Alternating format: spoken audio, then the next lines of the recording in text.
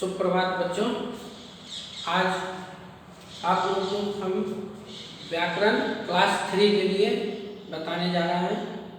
व्याकरण का पहला भाग जो भाषा, लिपि और व्याकरण के बारे में जानेंगे। पहला है भाषा। भाषा किसे कहते हैं? मनुष्य अपने भाव और विचार का आदान प्रदान के लिए जिन ध्वनि चिन्हों का प्रयोग करता है उसे हम भाषा कहते हैं। जैसे अभी हम बोलकर या बोर्ड पर जो लिखा हुआ है ये लिखकर अपने मन का भाव या बुक का जो भी भाव है वो हम आप तक पहुंचा रहे हैं। इसी साधन को हम भाषा कहते हैं। अब भाषा के दो भेद हैं। पहला मौखिक भाषा, दूसरा लिखित भाषा। मौखिक भाषा वो है जो अभी हम बोलकर आपको समझा रहे हैं। ये आप समझकर इसको अपने अंदर ले रहते हैं, यही मौखिक भाषा कहलाती है। दूसरा है लिखित भाषा। लिखित भाषा जो आपके सामने लिखा हुआ है इसको पढ़कर जो समझने की क्रिया है उसी को हम लिखित भाषा कहते हैं। मौखिक भाषा जिस भाषा का प्रयोग हम बोलकर और सुनकर समझने में करते हैं वह भाषा मौखिक भाषा कहलाती है। लिखित भाषा जिस भाषा का प्रयोग लिखकर, पढ़कर और समझकर करते हैं इस भाषा को हम लिखित भाषा कहते हैं। अब आगे है बोली। भाषा के क्षेत्रीय रूप को हम बोली कहते हैं।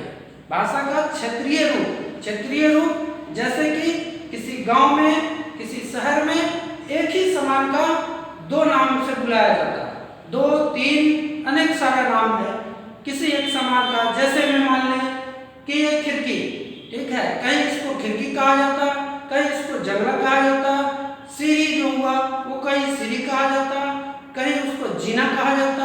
तो ये जो बदले हुए रूप है जो कुछ सीमित क्षेत्र में ही बोला जाता है उसी को हम बोली कहते हैं।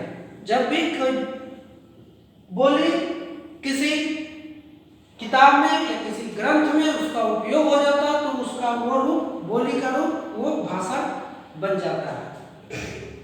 अब है लिपि। भाषा के लिखित ध्वनि चिन्हों को जिसमें कोई भाषा लिखी जाती है उसी को हम लिपि कहते हैं। हिंदी का लिपि जो है वो देवनागरी है। अब आगे वर्ण भाग उसी चैप्टर का है, उसी पाठ का है जो हम पढ़ रहे थे पहले। भाषा, लिपि और व्याकरण, उसी में है एक वर्ण। वर्ण किसे कहते हैं? वर्ण उस छोटी से छोटी ध्वनि को वर्ण कहते हैं जिसका खंड या टुकड़ा नहीं हो। जैसे कहलन, चहलन, टहलन, पहलन और आ, ई सारे जो हैं वो वर्ण हैं, ठीक है। वर्ण को हम दो भाग में बांट दिए हैं। पहला स्वर वर्ण, दूसरा व्यंजन वर्ण। स्वर वर्ण को भी दो भाग में बांटे हैं। पहला ह्रस्व स्वर, दूसरा दीर्घ स्वर। व्यंजन को भी 3 भाग में बांटे हैं। पहला स्पर्श व्यंजन, दूसरा अंतस्थ व्यंजन, तीसरा औष्ण व्यंजन। अब है कि स्वर किसे कहते हैं? स्वर जो हम पहला में, दूसरा में कक्षा में जो पढ़े हैं अ से या तक, वही उसी में से इस स्वर और व्यंजन उसी में से अलग करेंगे। जो पहला है स्वर, जिन वर्णों को बोलने के लिए हमें किसी दूसरी ध्वनि का सहारा ना लेना पड़े उसे हम स्वर वर्ण कहते हैं।